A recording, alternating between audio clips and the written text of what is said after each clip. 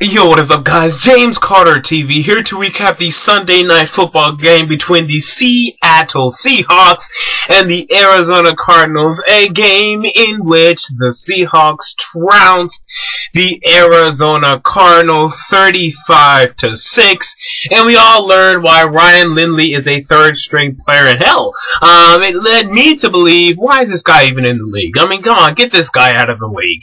If maybe he can make a couple good throws in practice, but we saw today, this is not an NFL quarterback, this is a college quarterback at best. This guy was making inaccurate throws throughout the evening, couldn't move in the pocket, couldn't do anything against the Seattle defense. And yes, the Seattle defense is good, okay, sure, but you gotta make a throw, and this guy couldn't even make a throw out there. Ryan Lindley was so terrible.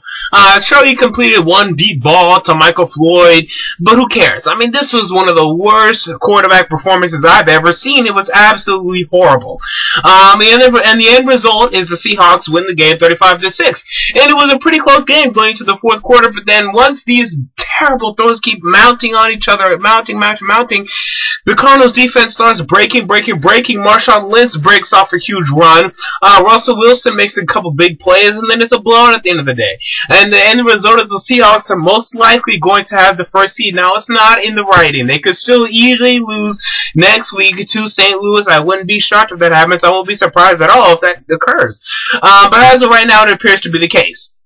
Russell Wilson did his thing. I don't think Russell Wilson is that great, but I think he's great at very specific things. He's great at moving around, creating time, and hitting the open receivers when he sees them up. And I don't think he would excel in like a conventional Peyton Manning type offense or any conventional NFL offense. But Darrell Bevell, the offensive coordinator for the Seattle Seahawks, designs an offense dedicated towards his strengths, and the end result is that he plays well. Now, again, I don't think he's a very conventional quarterback. If you take him, put him into a conventional offense, he won't do that well. But in this offense, sure, he'll do fine.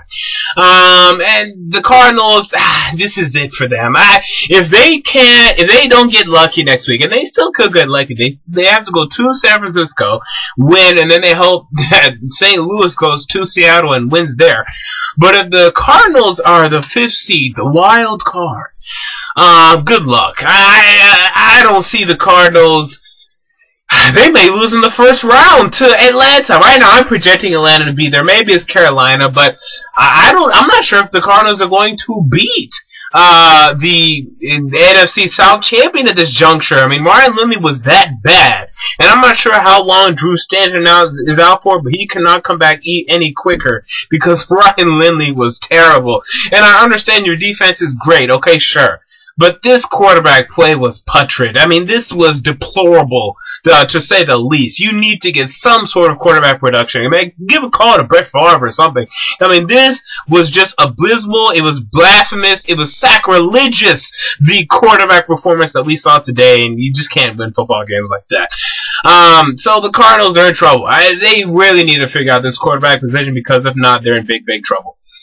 Now let's get into what most of my channel viewers want to get into, and I deserve it, okay? Preseason, I picked the Seattle Seahawks. I predicted the Seattle Seahawks to miss the playoffs in 2014, and at this juncture, they have not only clinched a playoff berth, but they also appear as if they're going to be the number 1 seed. So it makes sense that I'm going to get a lot of hate for it, but hey, on this channel, I am the antithesis of what most analysts are. I have balls. I like to make big, bold predictions, and I looked at the Seattle Seahawks schedule going in, and I said that this was going to be really tough, but they swept the Cardinals, they swept the 49ers, and the end result is that they're in the playoffs. Good for them. How about this? How about I ante up? How about I move up the stakes a little bit more? Because the end result really was that, okay, I was wrong, but there's no consequence for me. So how about this? Let's amp up the ante, because I know Seahawks fans that are loyal to me. They're loyal to Seahawks and loyal to me. I'm sure Seahawks fans want punishment. They want justice. Well, how about this? I'll give you justice. I'll give you punishment for this. If the Seattle Seahawks win the Super Bowl bye-bye. I will be gone. I will leave YouTube forever. Goodbye. See you later. James Carter TV will be no more. You hear that? James Carter TV will be no more if the Seattle Seahawks win the Super Bowl. That way, hey, if I was so wrong about it, I picked them to miss the playoffs and they win the Super Bowl, I don't deserve to be here. What guy deserves to be here if they predict them to miss the playoffs and they still win the Super Bowl? No. So you know what? I'll make that deal. It's a bargain. It's a bet.